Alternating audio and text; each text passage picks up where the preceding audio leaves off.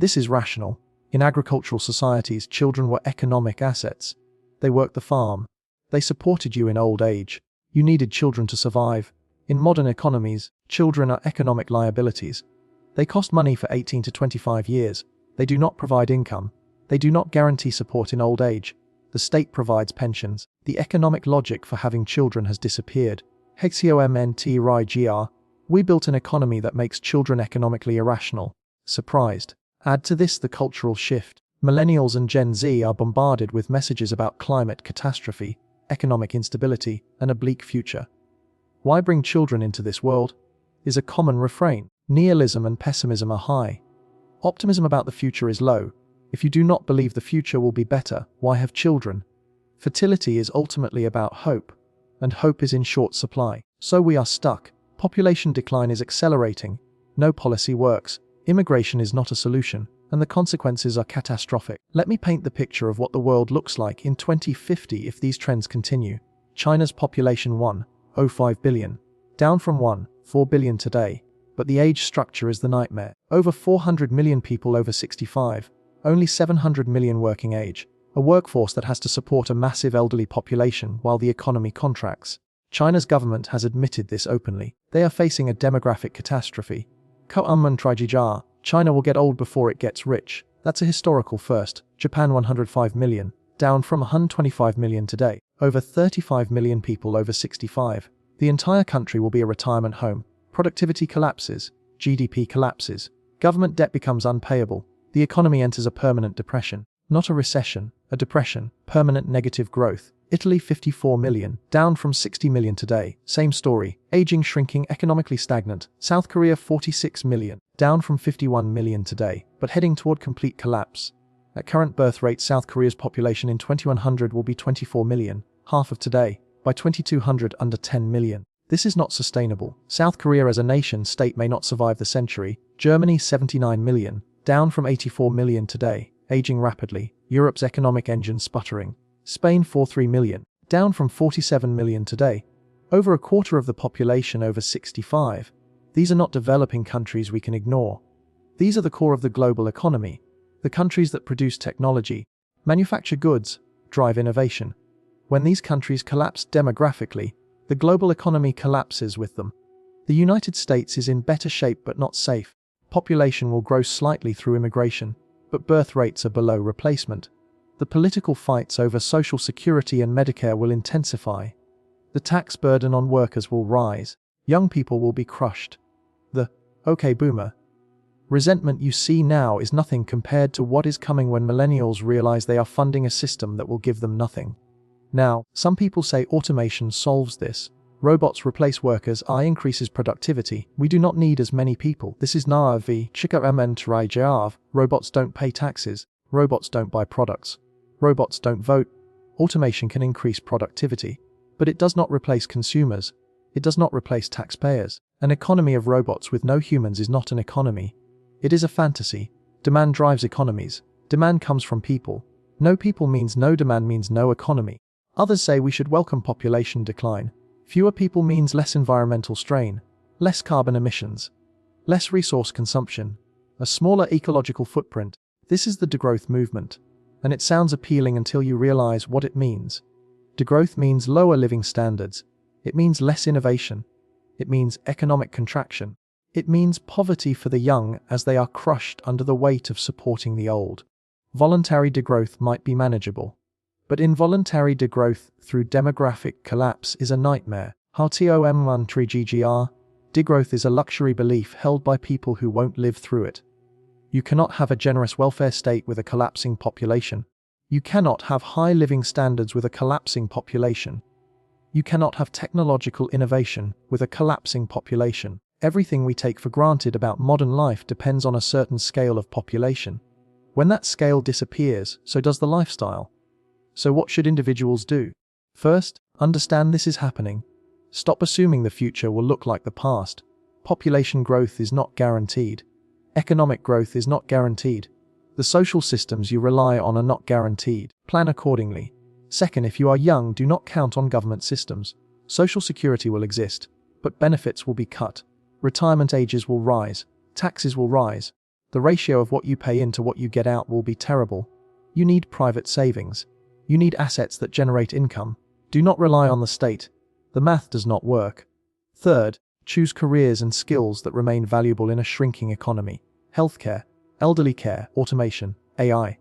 These sectors will grow as populations age and shrink. Construction and manufacturing will struggle with labor shortages. Service industries targeting young consumers will contract. Think about where demand will be in a world with fewer young people and many more old people. Fourth, if you are investing, understand demographic trends. Companies that depend on young consumers will struggle. Baby products, youth fashion, starter homes. These markets are shrinking. Companies that serve the elderly will thrive. Healthcare, pharmaceuticals, retirement communities. Adjust your portfolio accordingly. Fifth, if you are in a low birth rate country, consider where you want to be in 30 years. Some countries will handle this better than others. The US, with immigration, will be more stable than Italy or South Korea. Smaller economies with collapsing populations will face severe decline. Geographic location matters more than people realize. Sixth, if you want children, have them. I am not telling you what to do. But if you are on the fence, consider this: the world needs young people. The future needs young people. If everyone who is ambivalent decides not to have children, the problem accelerates.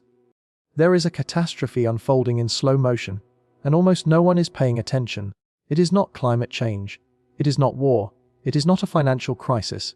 It is something more fundamental. The human population is collapsing. Not everywhere, not all at once, but in the countries that matter most for the global economy. Birth rates have fallen off a cliff, and the consequences will reshape everything: your economy, your retirement, your entire way of life. Here is the reality. In 1950, the global fertility rate was 5 children per woman. Today it is 2. 3. The replacement rate, the number needed to keep a population stable, is 2:1. We are already below replacement globally. And in the countries that drive the world economy, the situation is catastrophic. South Korea 0.72 children per woman, the lowest ever recorded by any country in human history. South Korea will literally disappear in 3 generations. Japan 1.26.7, China 1.09, Italy 1.24, Spain 1.16, Germany 1.46. These are not poor countries struggling with poverty. These are advanced economies with the resources to support children, and they are choosing not to have them. The United States is at 1.64, Canada 1.33. Even countries that were growing rapidly are slowing. India just dropped below replacement at 2, Brazil 1.75, Mexico 1.82, Thailand 1.03. The entire industrialized world is below replacement, and much of the developing world is heading there fast. This is not a temporary dip. This is not a recession baby bust that will reverse. This is a structural, long-term, accelerating collapse in human fertility, and no country has figured out how to stop it. Why does this matter? Because modern economies are built on a simple assumption: more people tomorrow than today, more workers, more consumers, more taxpayers, more young people to support the old. This assumption is built into everything. Social security assumes workers will fund retirees. Pension systems assume growing tax bases. Real estate assumes increasing housing demand. Stock markets assume growing consumer bases. Debt assumes future growth to pay it off.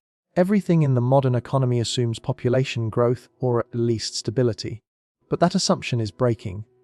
And when it breaks, the entire economic model breaks with it. Let me walk you through what happens when a population collapses. Not the theory, the reality. Because we can already see it happening in Japan, Italy, South Korea, and parts of China. This is not speculation. This is observation. Stage 1: the workforce shrinks. Fewer babies today means fewer workers in 20 years. Japan's workforce has been shrinking since the 1990s. Every year, more workers retire than enter the workforce. Businesses cannot find employees. Wages should rise, but productivity does not keep pace. Labor shortages become permanent. Industries that depend on labor, construction, manufacturing, healthcare, hospitality, face chronic shortages. Japan has more job openings than applicants. Companies are desperate for workers, but the workers do not exist. Stage 2: consumer demand collapses. Fewer people means fewer consumers. Fewer consumers means less demand. Less demand means businesses shrink or close. This is deflationary. Japan has been fighting deflation for 30 years. Prices do not rise because demand is falling. Businesses cannot grow because the customer base is shrinking. Real estate prices fall because fewer people need housing. Shopping malls close. Schools close. Entire towns are abandoned. Japan has over 8 million vacant homes. They are called ghost houses. No one wants them. No one can sell them. They just sit empty, slowly decaying. Stage 3, the tax base collapses. Fewer workers means fewer taxpayers, but government spending does not fall. It rises, because older populations are expensive. Healthcare costs explode. Pension costs explode. Social security costs explode. Governments face a nightmare scenario: falling revenue and rising costs. Japan's government debt is 264% of GDP, the highest in the developed world. Italy is at 144%. Both countries are trapped. They cannot cut spending because their populations are old and politically powerful. They cannot raise taxes because their tax bases are shrinking. They are stuck in a debt spiral with no way out. Stage 4, intergenerational collapse. The ratio of workers to retirees implodes. In 1950, there were 8 workers for every retiree in developed countries. Today it is 3 to 1. By 2050 it will be 5 to 1. Think about what this means. Every 5 workers supporting 1 retiree. Social security is impossible at that ratio. Pensions are impossible. Healthcare is impossible. The math does not work. Japan already has 2 workers per retiree. South Korea is heading toward 1 to 1. These ratios are economically unsustainable.